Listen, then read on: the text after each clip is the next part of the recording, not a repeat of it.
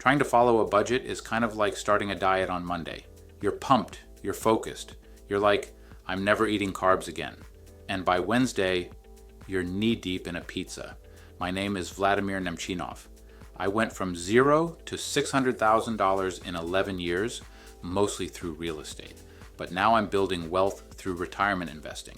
And today I want to talk to the people whose budget keeps ghosting them. Why it never works, why it falls apart after 2 weeks, and how to finally make one that sticks. Here's the first problem. People make budgets for the person they want to be, not the person they are. You write down a grocery budget like you're going to live off rice and beans. You tell yourself you'll never eat out again. And then real life hits.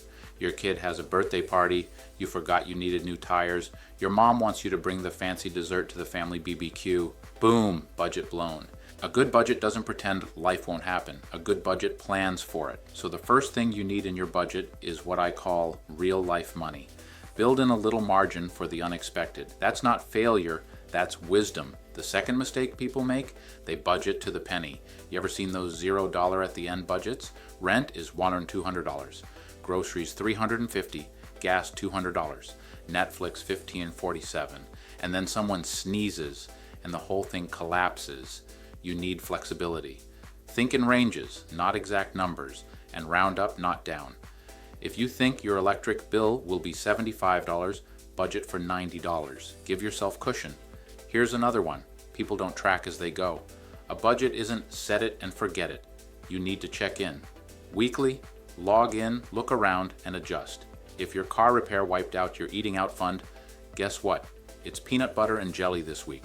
That's not being poor, that's being disciplined. And discipline builds freedom. Let's talk categories. If your budget has 47 categories, you're doing too much. Keep it simple. Essentials: housing, food, transportation, insurance. Financial goals: debt payments, savings, investing, flexible stuff, eating out, fun, clothes, birthdays, all that. And if you're like, but I need my daily coffee? Okay, put it in the budget. No shame in coffee, just don't pretend it's free. Now here's a fun one. The Oops Fund. Every month there will be something you didn't expect, every single month. So just make a category for it. Literally call it Oops, $50, $100, whatever. Because if you don't plan for surprises, they stop being surprises and start being stress. Let me say this. If your budget feels like punishment, you're doing it wrong. Budgeting isn't about restriction, it's about direction. It's not about saying no to everything, it's about saying yes to the right things, like paying your bills without overdrafting.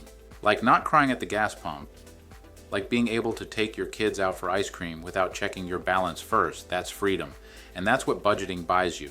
This is level 1 of the wealth game. You can't win if you don't know where your money's going. So let's figure it out together.